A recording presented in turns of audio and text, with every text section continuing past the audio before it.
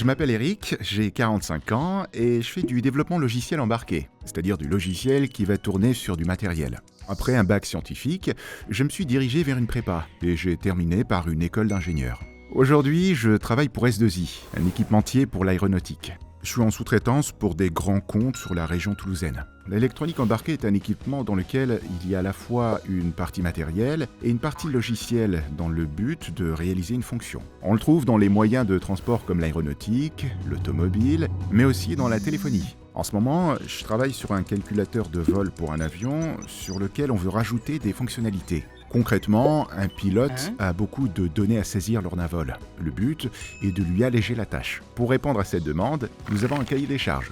La première chose que l'on fait est de se réunir en équipe dans le but d'affiner le besoin et de le découper en blocs fonctionnels. De là, ces différents blocs vont être développés par chaque membre de l'équipe. Ce développement est individuel, mais reste collaboratif sur l'ensemble du projet.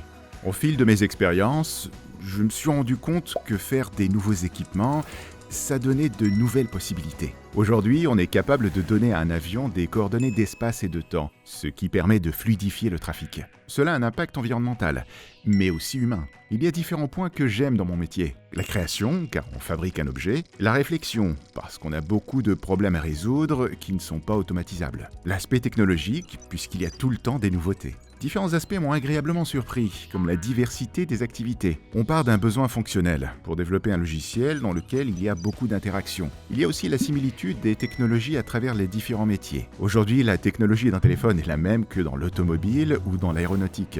Dès le lycée, je voulais travailler dans le numérique. J'adorais programmer. Je faisais des jeux, c'était très ludique. Mais il est difficile de se projeter sur l'avenir. Je me suis longtemps posé la question, même en école d'ingénieur. Il faut arriver à trouver ce qui nous plaît à travers différentes expériences. Le conseil que je donnerais à un étudiant qui voudrait devenir ingénieur en électronique embarquée est de découvrir ce qu'il y a derrière ce métier. On a une image un peu théorique, mais grâce au stage en entreprise, on peut mieux se projeter et voir ce qui nous plaît. Il faut être méthodique, rigoureux et curieux. C'est toujours une richesse de voir ce qui se fait dans les autres équipes afin de faire évoluer les choses.